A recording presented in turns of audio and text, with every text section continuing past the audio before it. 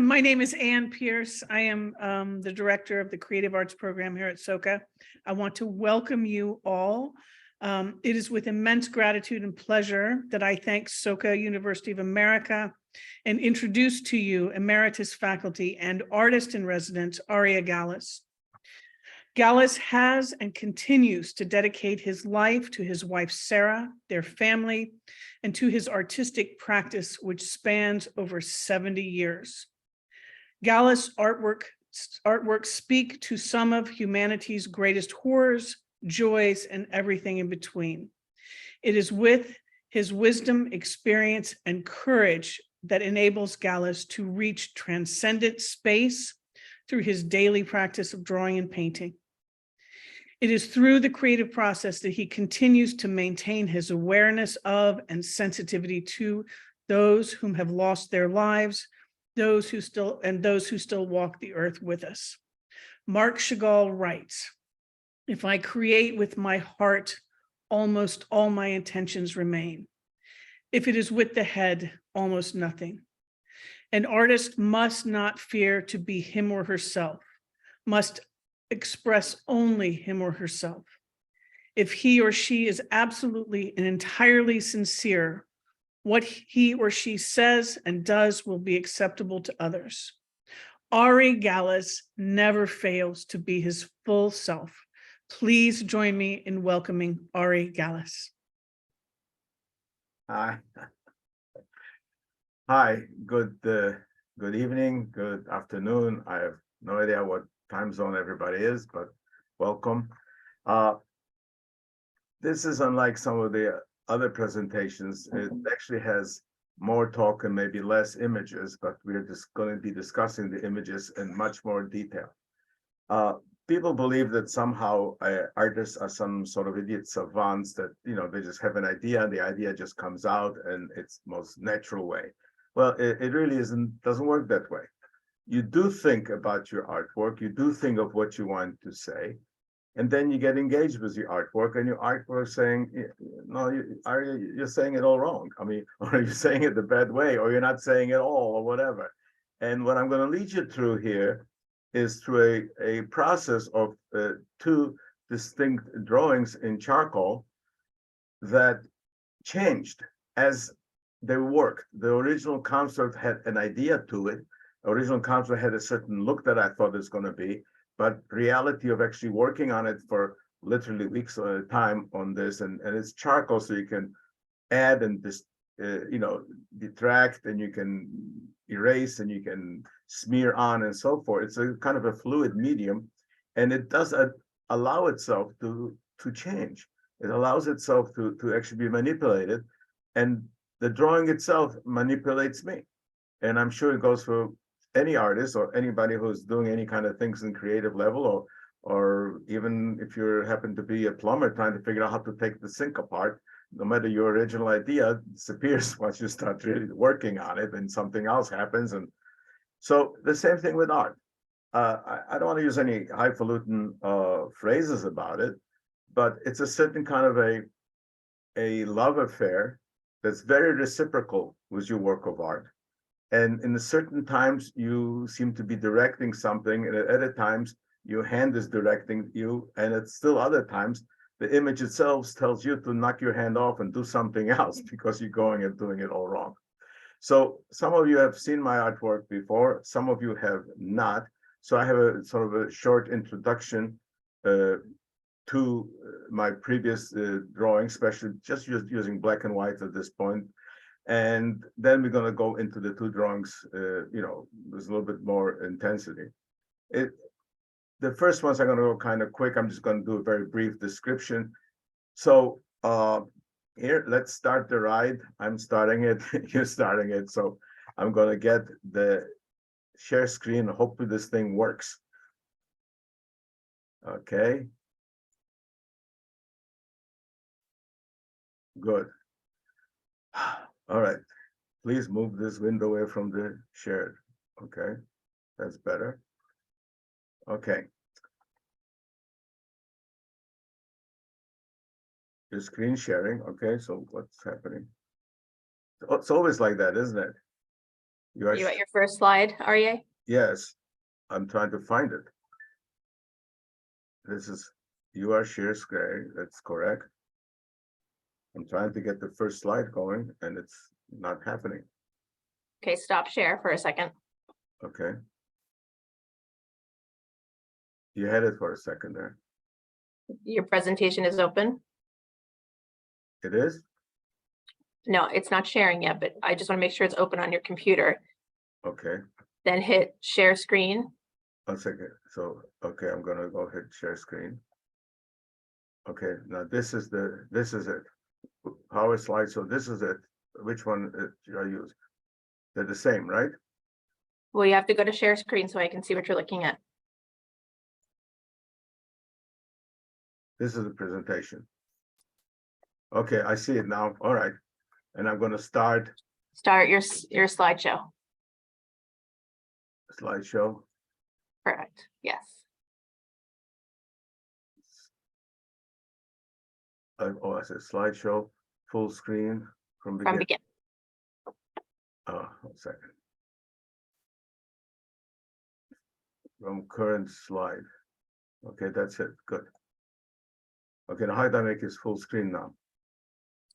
Go to the top right corner next to the X is the double. Click that.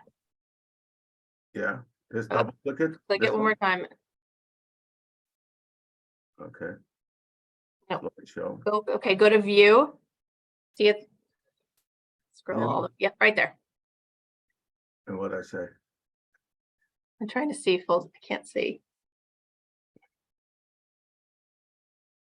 I need to have it full screen, right? Yes, that's. Hold on.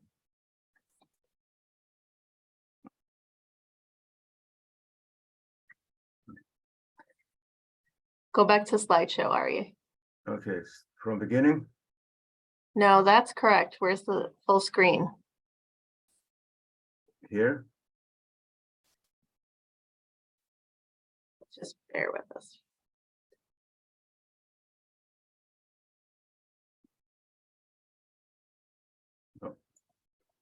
Sorry, guys. Technology is wonderful, and sometimes something goes off. We had it working before. I'm gonna try it again. I don't see my.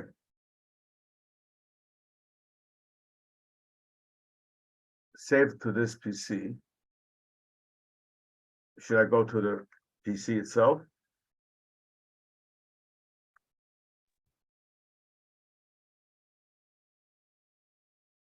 Okay, Can't see your screen. Oh, slideshow.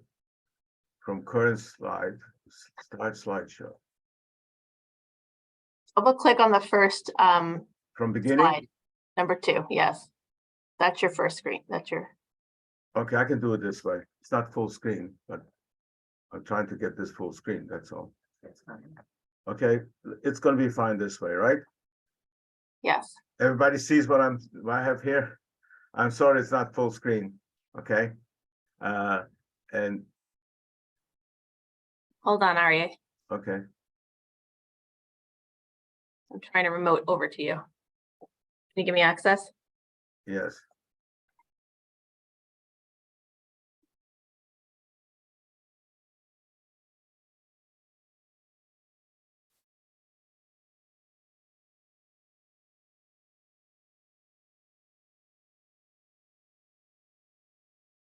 Why isn't it here?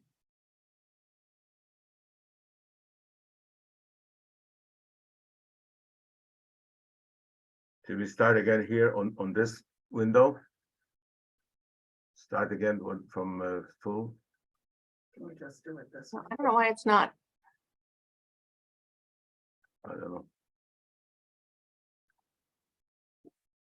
Okay, let's do it this way. You can start, Arie. I can't.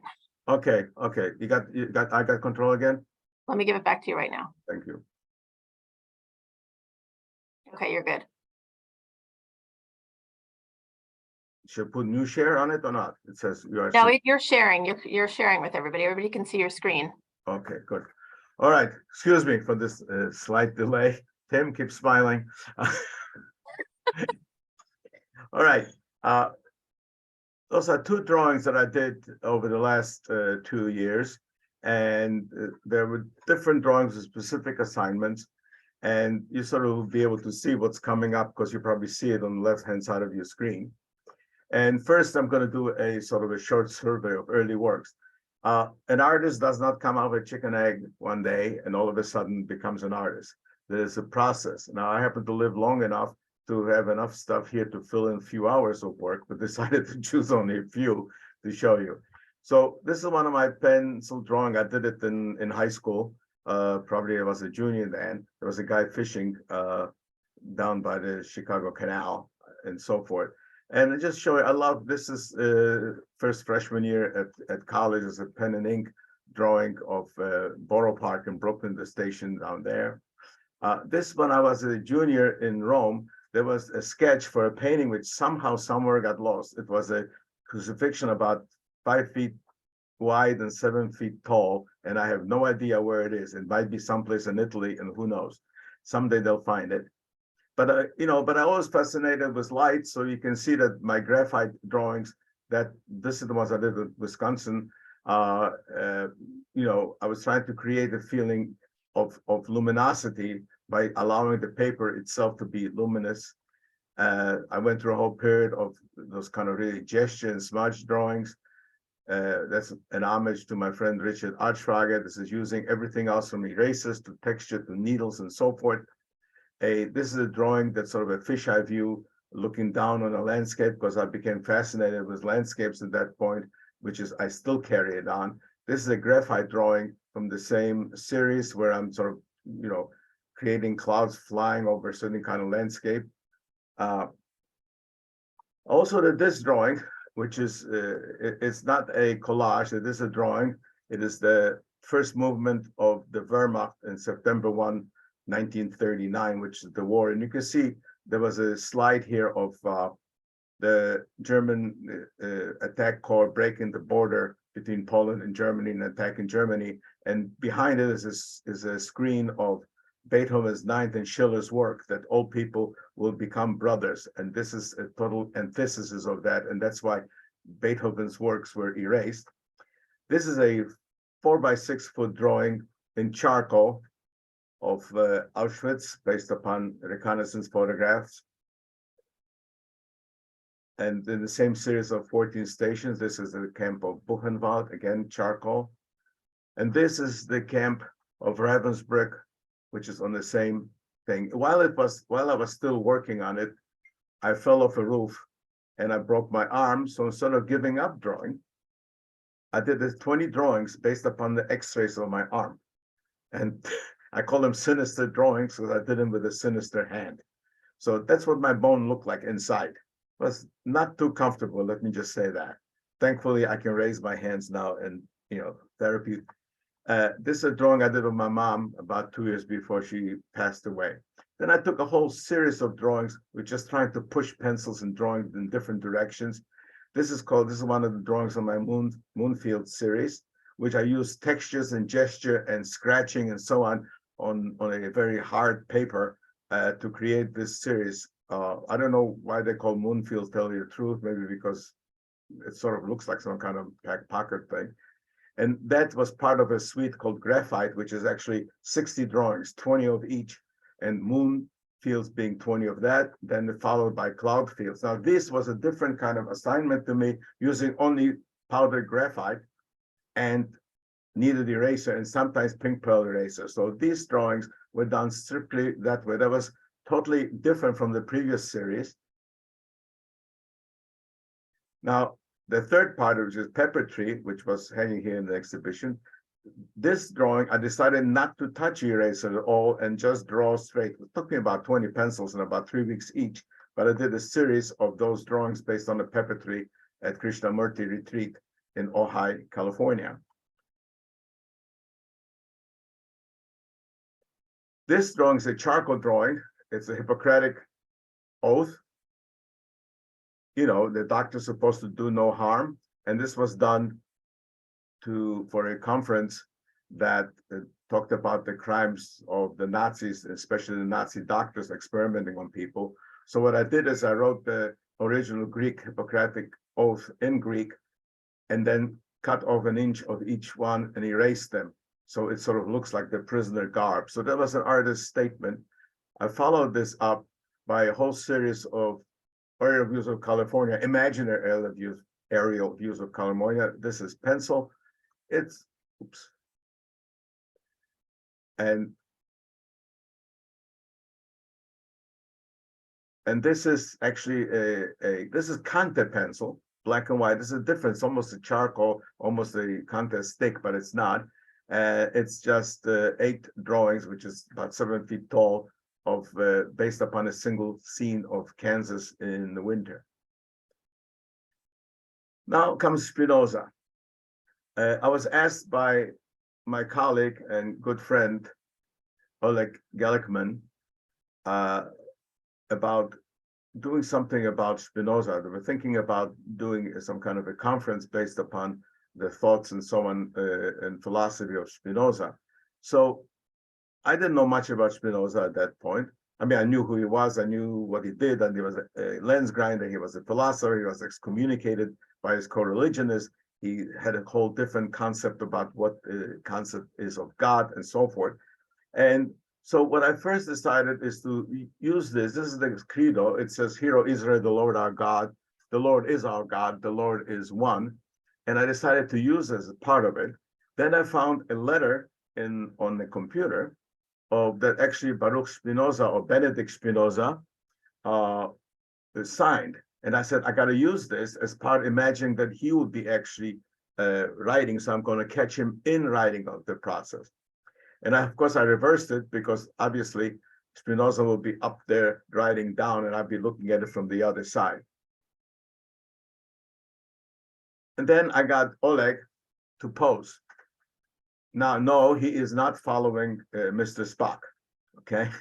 This Mr. Spock took that shin, the high priest of Israel blessing sign, the shin standing for the Almighty. This is like that. And he only used one, be prosper or something, be whatever that he's, I don't remember that exactly. So I had Oleg posing for a few of those shots. And I said, I'm going to use them as a source. And then I just cut them down because I figured out I would like to see a close-up of those. And then, of course, how am I going to get Spinoza's hand? Again, Oleg was volunteered by me to be Spinoza's hands. And thankfully, I went to Tyler's School of Art that taught me how to make quills. Among other things, they really taught you how to get all the basics. And so I bought some quills at Michael's and I made a few quill pens out of it and then photographed him. Then what I did is I took the photographs and so on, and I made a sort of a collage of what was the original concept, was that there's going to be the creed of Israel, his letter, and his hands, both hands sort of being the writer and the prophet or the priest and so on, combining it together. Although his philosophy was that it is not some old man sitting in the sky that is a god, but nature or so forth. Those among you who are better philosophers than me, you can probably understand it more and please explain it to me. But the way I saw it, that he believed that not just nature, but everything, creativity and so forth is that. So I had that. And then using this as my source, I drew it in with charcoal. And I started, of course, working with the eraser. And at first, as you can notice, everything here is that, you know, the hands are dark, sort of a scraggly, quill. You notice that the letters are coming out as dark letters. I'm eliminating, because when I draw it all in with charcoal, then I wipe the whole thing out. People usually who see me during this process of charcoal are extremely horrified that I've spent time actually doing a drawing and I wipe it completely out. But I do it so I can create not only tonality, but give myself chances to be able to modify it backwards and forwards. If you have only white paper, you cannot go far except dark. If you have gray paper, you can go both ways. And the way that I'm conceiving this drawing at this point is that way. And then, of course, I said, wait a minute, maybe that credo is not the real thing that he's concerned about. So this is the first words of Genesis. And in Hebrew is Bereshit bara Elohim et hashamayim et haaretz, which means in the beginning the Lord created the heaven and the earth. If you literally look at it, though, because in English, if I go literally word for word, it says, in the beginning created God the heavens and earth, which sort of means so that the beginning is actually that created God rather than God created the beginning and the earth. It's one of those philosophical things sometimes us people go in through it. And okay, so I decided I'm going to replace that or put it over the coda of Shema Israel. So you notice I started laying it in here on top. I don't think you can see it, but anyway, you can see what I'm talking about. And things have changed now. You can see that the letters are now bigger. They're overlapping the letters behind, and I'm still working with the eraser and trying to clarify the hand. And the next step, I said, no, you know what? The hands are dark. The thing is background. I'm going to switch them. And I did. I totally, my original idea went to wherever it goes, those kind of ideas go. And I also made a much better quill, okay? And I decided from this, it should go that. The hands should be sort of on a universe kind of thing or against a dark background. And, all of this takes time and thought, and you're really quite involved in a very close minuet with your work. You're looking at it and it's telling you something. And at this point, I'm trying to figure it out. I'm just starting to work on the bottom, getting Spinoza's signature correct. So the next step is I started working farther. You notice that it's like this and this, the feather changes. This is the previous, there's more detail on the hands, right? The hands get a little bit lighter themselves. Before they were dark, now they're a little bit lighter. And after looking at it for a while, I changed. I decided I'm going to eliminate some of the letters. So the letter tzaddik, which you see in the hand here on the way you're looking at it will be on your left side, and so on. I've changes and made them subliminal to the image. So this was it. So I'm looking at it and I say, okay, I'm happy with the hands. I'm happy with the thing. Let's see what it looks like when I get the signature down. So now everything changed. It's not like the original idea I had before, where everything was sort of much elongated, but now it became something different. So once I cleared it all up and I saw that the letters are coming. Now, I tried to get a photographic double exposure, but thinking about it. So all the letters on top of it, I still want somebody to be able to read the stuff beneath it and still somebody to be able to see the beginning, the Lord created the heavens and the earth. And it was quite a task to do this. So it was not just laying one negative over another negative. It just actually had to think about it, how every letter would look like with the other letter being against it. And I started saying, wait a minute, maybe his feather is disappearing or disintegrating and becoming part of a universe, creating a new galaxy. Just realizing that the feather, the word, is creating a thing. You can go all the way back to I guess John in the New Testament. In the beginning there was the word, things are changing. And then so I'm almost happy with it. Okay, this is not finished yet, but I'm almost happy. And that is actually the final drawing. So what I did, if you looked at it, I changed a lot of I made the letters on the bottom shady. You notice that they were not as distinct, only his signature now remains quite light. The top two, this was before, and you can see now, you can see the changes. Same thing with the thing here, and the top two, I darkened everything. I rubbed actually charcoal over all my work, over it again, to darken it. So it's sort of I know people can do it now on a computer, and they can do all kinds of things in that.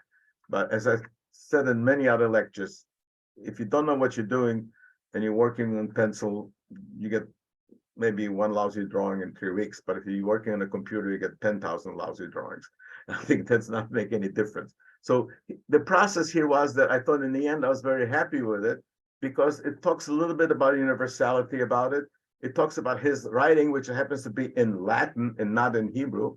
And at the same time, it talks about his background, which is a Jew who was excommunicated, Sephardi Jew, and who at his humble work as a lens grinder was still communicating with some of the brightest minds during his lifetime.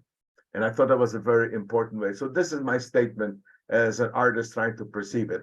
I also disappeared, there's disjointed hands, there's disjointed things, there's some kind of, but there's some kind of action right now that wasn't there when I did my original research. It wasn't there when I did my original collage, and it wasn't there when I did my original rubbing. So I just hope that you understand how the process went through this particular drawing. Now, the next one is Kohelet, which is Ecclesiastes. And one of the most interesting passages, Ecclesiastes 5:7. And this is what the final drawing looks like. I'm going to start with a final drawing. So what I did is I figured out, especially now, this was done when the war started with Putin attacked Ukraine, which triggered me incredibly because when I saw those ruins and so on, that remind me right of my childhood, the towns where I was raised in Poland, what it looked like after World War II. And it was just the same thing. I was completely out of my mind at that point. I can't explain how I was out of my mind, but I was. It was a tension. It was amazing. And I said, what is the scale of justice here? It's broken. It's not just tilted toward one side. It is broken. And I tried to express it somehow to show how that is supposed to be, that people talk about justice and so on. In the meantime, while they're talking about justice and righteousness and saving your country and so on, they're busy killing. And, it was a very difficult way for me to deal with this thing. And maybe there was one way of trying to cope with what my brain was feeling when I was watching the news every day when the armies were advancing and cities are being bombed. So I started so the way it started is by some sketches. So those are smaller sketches in a way I sort of figured out, trying to sort of figure what I really want to say. I know I wanted a broken thing. So the first thing happened here is I thought of my arm, and I thought of the bottom one that's broken is just like my arm was broken and the bone was sticking out the side, just like it was happened there. So that was the initial concept of this drawing. And then I started going into that, trying to figure out what happens. And then I have a hook from the sky. This is actually what I call the Arie School of painting and drawing. It's called the Arie chicken soup school of painting and drawing. Just like chicken soup, you got to put the chicken starts boiling, and then you got to take the scum away. And then later you can add the vegetables and everything else. So the same thing I feel about this here. This is just my brain emptying out in the sketches of what I'm thinking about and visualizing it. So now this is getting closer to sort of the final thing, but the hook still is there and the scale is still there. And you can see how it, and that's not really actual Hebrew writing. It is Hebrew letters, but I just wrote letters just so I can get an idea of what happened, and the strings are being broken, there's clouds behind it. And I decided I liked that idea in a way, and I started drawing. So at first, this seems totally different from something like that. Okay, it's a different paper and so on. I'm looking at the sketches and I'm starting to draw. And I did some research and I found the actual old scale. I found all kinds of things so I could do my own collage on it. And I started working on it. And so this is the beginning. I do the mathematical aspects of it. I do the original thing. I see what the thing is going to look like and draw the scale that's somehow broken. It doesn't have any chains on it yet at this point, but it's just sort of idea.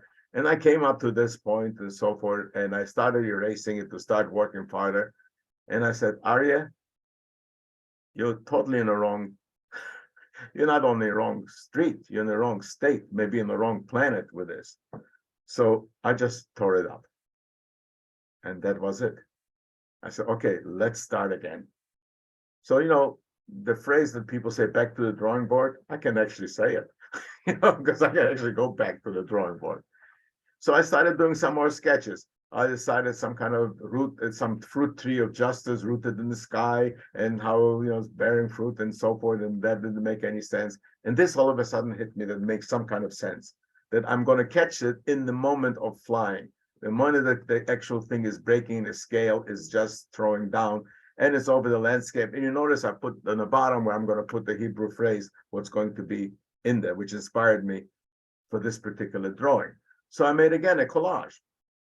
That means I took scales, I cut them up, I photographed, I Xeroxed them, I planted them, I moved them around, I glued them to the piece of paper, so I kind of see what I wanted. And as you notice, I switched the direction of the piece that is falling from this way to that way, okay? There was a major switch to me, but it had more of a downward shift than something that was happening like that. It was sort of static, almost looked like a boat or a peanut shell. And so this is this Ecclesiastes 5:7. If you see oppression of the poor and denial of justice and righteousness in the province, do not be shocked at the sight. For one official watches over another official, and there are higher officials over them. Now, people try to explain to me some religious thing that actually what they mean is not what they mean, which means what I got out of it is that you're doing some crimes and somebody's covering your ass. That's basically what this passage means to me. And Ecclesiastes is one of the favorite books in the Bible simply because it's very empirical. It just deals with the way the world is without any kind of religious overtones. And in Hebrew, this is actually the Hebrew phrase that is going to go in there. And I'm going to use that. I decided instead of using the English, I'm going to use the Hebrew because it's really not going to be as visible as I wanted it to. So this is what happened. You notice I changed the alignment of things and so on, of the letters and so forth. And this is a hand letter that are coming over. So I sort of centered them. And this is the drawing where I started to work. So here's the drawing. I got it up to the stage. And now I just smudged the living whatever out of it. I put a lot of gray on it and so on. And I smudged it. So this is the next stage. And all of a sudden, I mean, there's certain things wrong. You know, if the thing broke off the top of the thing, the thing would not be, the bottom chain would not be hanging down. It would probably be hanging up, and because it's lighter than the actual piece of the scale that's falling in and so forth. But I said, no, I wanted that direction that's going down. So even though it's impossible in the real universe with gravity for this to have done maybe for a fraction of a second, I froze that movement in time just because I wanted to have a downward flow on it. And so the next stage is I started working into it with the eraser. An eraser and Conte crayon. And I did put a hook there, okay? But it was a hook that's hit into the sky as opposed to the sky hit into the hook. It might not be any differences and so on, but I also noticed that the sky is starting to form a sort of a letter Z, which is very much involved with the war. And I started erasing and see what happens at this stage. So this is still not working with adding Conte or adding, charcoal back to the original drawing, but it's just the first stages of erasure. And that goes a little bit further. So what you're seeing it here is that I've gotten it formulated, I've gotten the clouds done perhaps all the way to the bottom, but quite not there. And you notice that the actual metal aspects of the scale itself, and I wanted it to be very realistic and very shiny. They're empty scales, they're not weighing anything, as opposed, I guess, justice is just an idea, so I don't know how I could make it realistic in it. And so that was the, pre-final, work of this. And then what I did is I changed some things and I added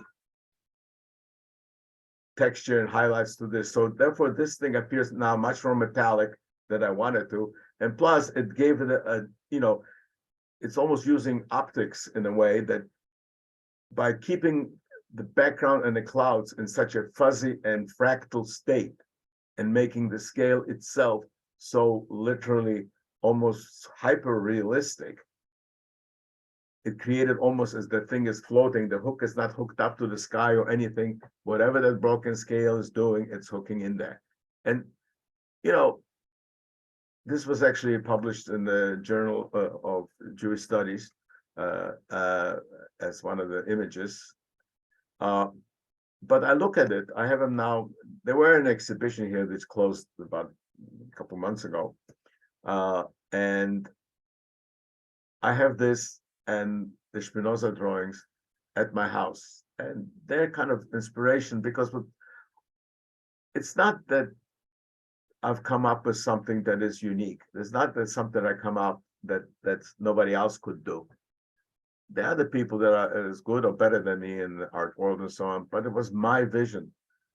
It is the way I try to interpret it the best way, not through making a speech or marching or having a poster, but expressing what I feel about this on a certain way that I didn't spoon feed anybody who comes in it. And people who do not speak Hebrew, they will see the writing from Ecclesiastes here. If I did it in English, most people would understand it. But I didn't want the writing to become the important thing. That's sort of hiding behind the image. Okay, it's hiding behind the image. And I'm very happy with this drawing, but I also wish I never would have had to draw it.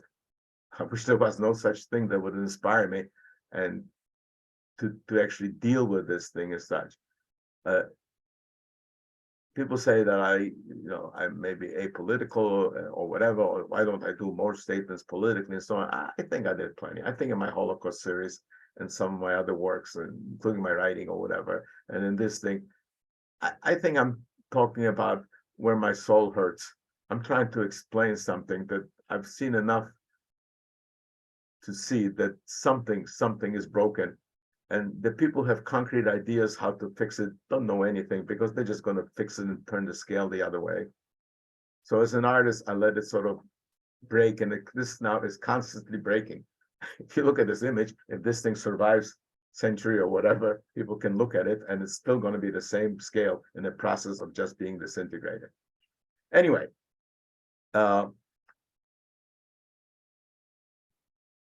thank you. Thank you very much. Now you can ask me a question and so on, and I guess somehow I can return to another screen, right? Karen, can you, so I can want to stop share. Stop share. Okay, I'm stopping it. Okay. Oh my God. Okay. Anybody there? Anybody have a question? Karen, excuse me? Comments, Yeah, comments, questions, please. predictions. If you have a question, you can raise your hand and we'll unmute you.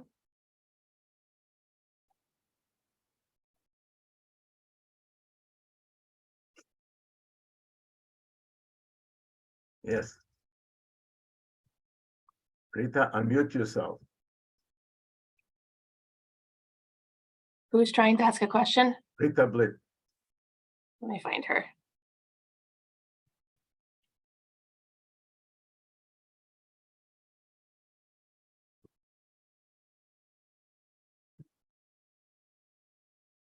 Okay, she can unmute. Unmute, push the button. Unmute yourself, Rita. Hi, Arie. Hi, long time. Hi. Yes. I just want to tell you how much I've enjoyed this program and how I admire what you're doing. Wonderful work. And as far as a question, I could ask the question, are you still at Soka University? And what are they doing towards peace? Okay. All right. I can speak only for myself. Okay. I think the university is doing very well towards that. I am at Soka. I retired about 4 years ago almost. Okay.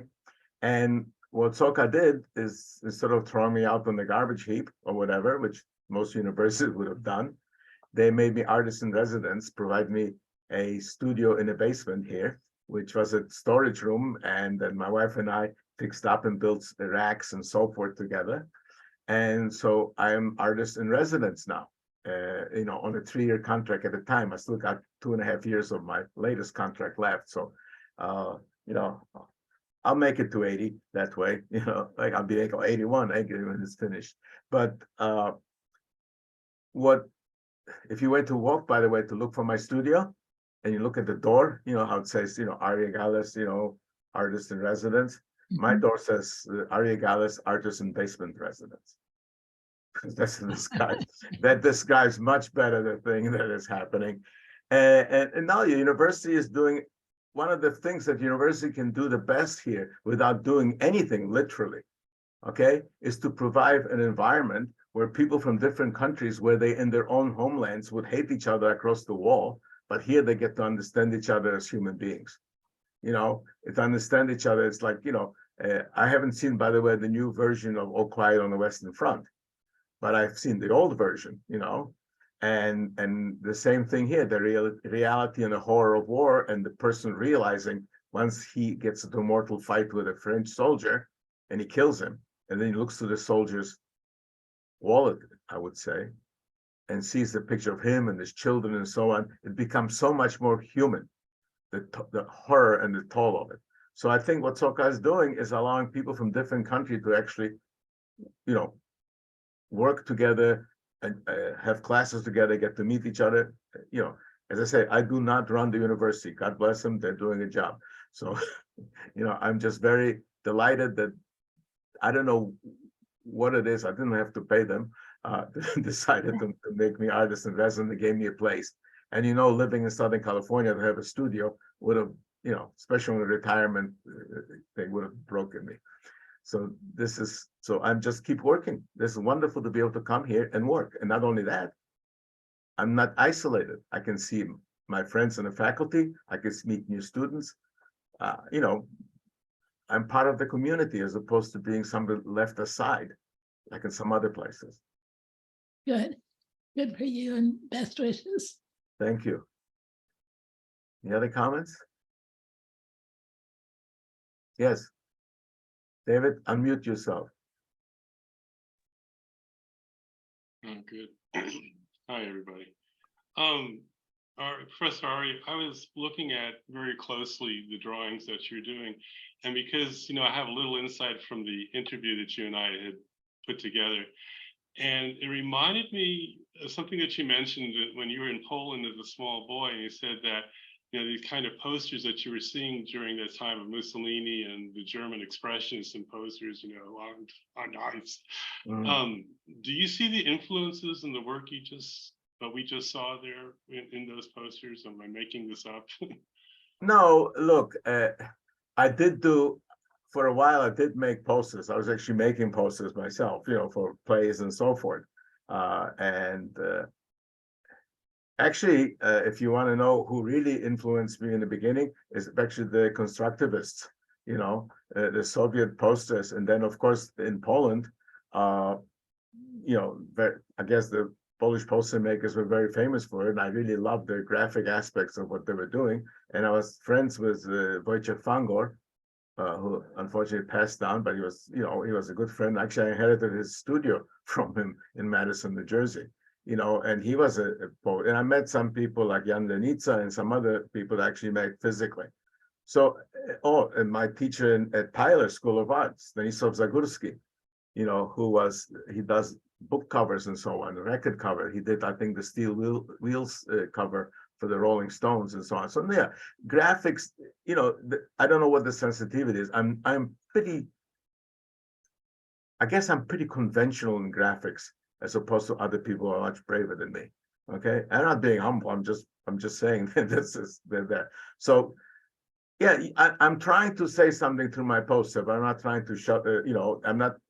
Any one of my arts and so on. My 14 Stations, the one, the Holocaust works that you've seen a couple examples of.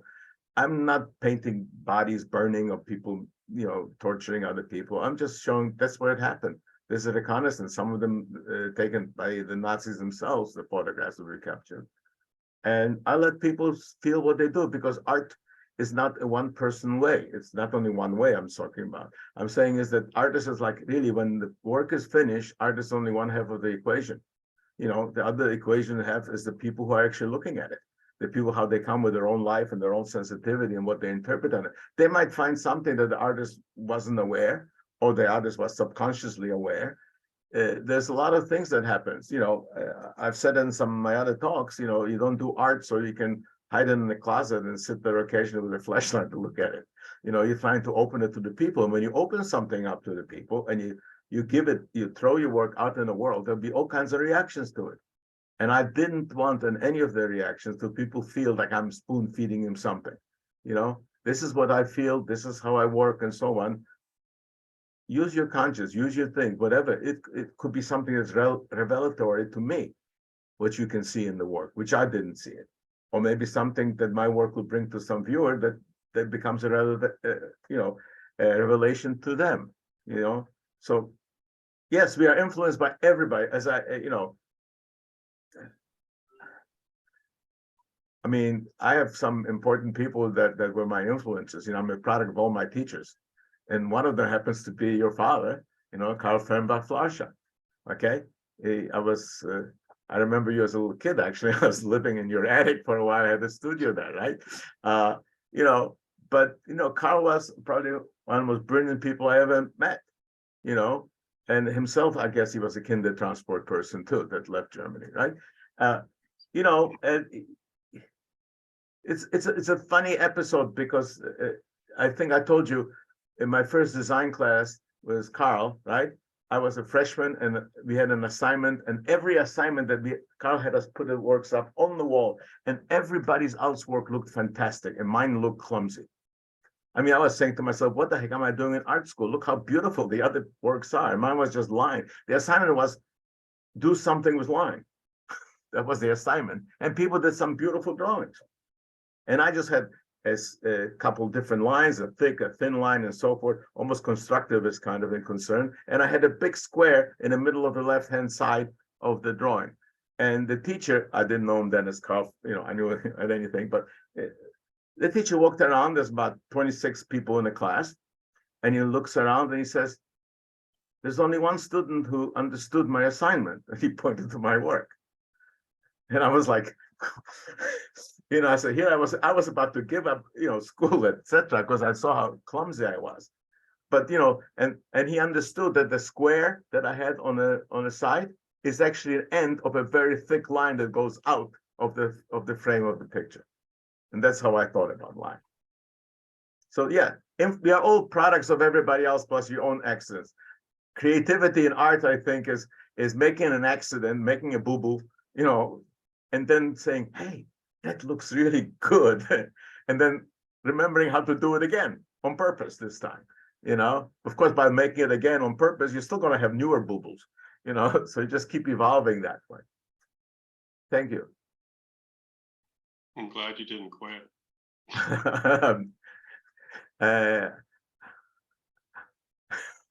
No, I hope that on intent to Judy.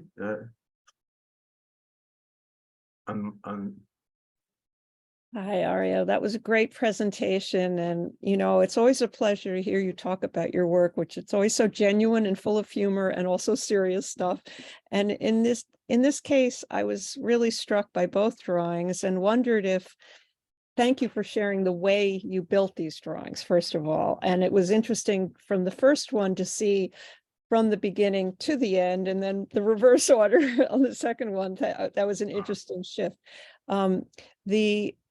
I wondered if either of these drawings have led to other new works, because as you explained so well, it's a constant evolution. So for instance, I was really struck in the first image with the quill pen sort of disintegrating into the cosmos. That just seemed like it had a lot of potential there. And on the second one, I was curious about the scale of the drawing, but also it did there was something very powerful about that broken scale floating in these dark, stormy clouds. So just wondered if there's something next on these yet or brewing. Yeah, there is, and I'll show it to you in a second.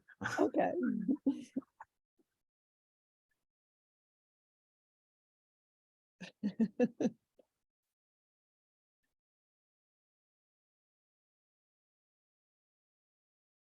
We lost him.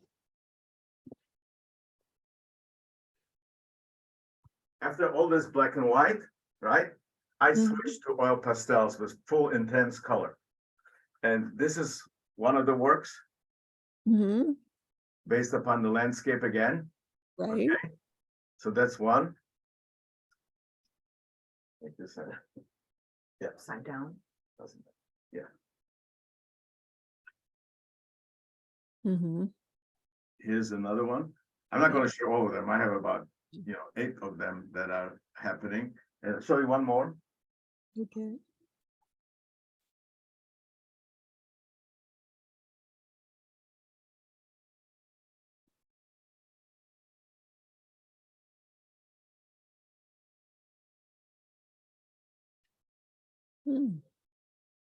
So after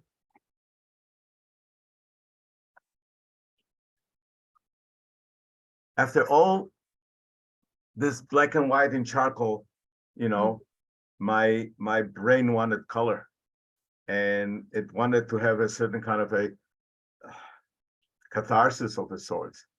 And I figured, which is the fastest way to get it? You know, I never took drugs and so on, but I assumed the oil pastel is like a cocaine of art, you know, because you can do something instantly and you get the stuff really going, you know, and it's immediate and it's fast, you know, and you're able to put yourself really physically, not only that you're pressing the charcoal and it's melting, but you put your fingers in it and you squeeze it and you move it and so on. It's completely different than doing the black and white. And yeah, will I return to black and white? Of course I will. You know, it's always a sort of a yin yang in my do. I always, if I were to give you a whole rundown to the history of me, I would usually go in and spend a year or two doing only black and white. On the Holocaust thing, I spent 10 years doing only black and white. And then I spent another few years after that just into total color and reflected light that I did.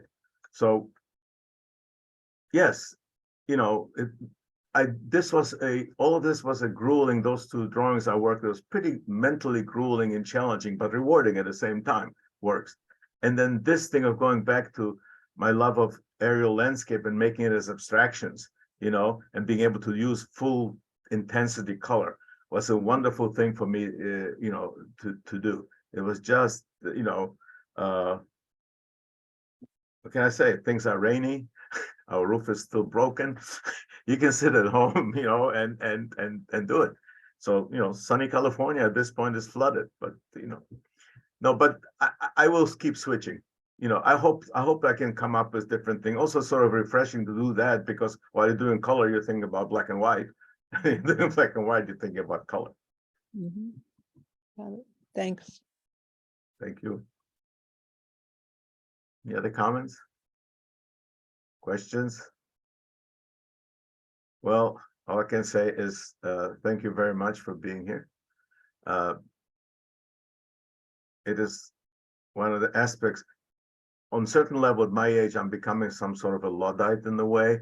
I would like to sort of sit there. I still like a book rather than reading. I still read my New York Times, you know, and physically instead of looking at it on the screen. You know, I don't have to worry about the battery going, you know, once in the middle of my reading. So in one way, I'm that way, that I sort of like doing things that I can actually physically build, you know, like whatever it happens to do, I can physically fix. So I work on that thing in the garden, etc. But on the other way, I'm very thankful for whoever invented Zoom, because we are in different locations here. We come from different backgrounds and so forth, but we can sort of meet here, and I'm able to discuss the latest work. You know, Ann Pierce, who introduced me, and Don Ryan, and other people around here. We can sit in my studio. We visit each other's studios. And we talk and we discuss things. It's something good to have a group like that. I had that thing at Fairleigh Dickinson too. And, you know, one of my oldest friends here that's sitting here, Tim Volk, we met in 1968 at the University of Wisconsin. We were right, his little cubicle was right next to my cubicle, right? And, you know, we stuck around with this, but it's so nice to be able to have somebody and group of people, and Judy, of course. No, Sarah reminded me, it's Judy too. Of course, Judy. No, I'm sorry, but you know that people that be able to do it, like, you know. So Tim and I would discuss things and so on, and Judy and I would after class meet for lunch, or before class meet for lunch, or meet at other times and meet in New York, or you know. An artist, I know some artists can actually be misanthropes and so on. I'm not. I need people. I love people. I love people being there. I love to learn from people. I love to laugh. You know, those of you who know me a little bit closer, is that I might not have the cleanest mouth of all the universe, but I think I have a pretty good sense of humor, and it sort of keeps you alive. You know, maybe it's a heritage of my people that you laugh at everything, that even the worst, and you can survive it. But you know, so I'll go back to this question that David asked me. Yeah, at this point, it's nice to be part of this community that actually I get to see Anne and Don and some of the other people, and Oleg, of course, that, colleagues from different disciplines. One of the good advantages of being at the university is that if you have a question about physics and so on, you can go to the other department and check with the physicists. You got questions about the English language, you go somewhere else, and they can ask you too, and so forth, so it's good, and it keeps you, I think, much more alive, that you're not resigned to a community, that you don't see people that are, say, below 50. And so I think that's a great advantage for an artist to be involved in art and see people who are wheeling babies, and seeing at the same time older people that have, in Polish there's a word sędziowy, which means like a judge, but it doesn't mean that. I don't know what the English equivalent is, but once you get to be at a certain age, male or female or whatever, anyway, you have a certain kind of wisdom that supposedly you have. And it's nice to realize with that wisdom that people that are much younger than you have better ideas. That's how I feel about it. Thank you very much, guys. Thank you, and have a good day, have a good rest of it, and so on. Thank you, Arie. A pleasure. Take care. I'm leaving. Back to you.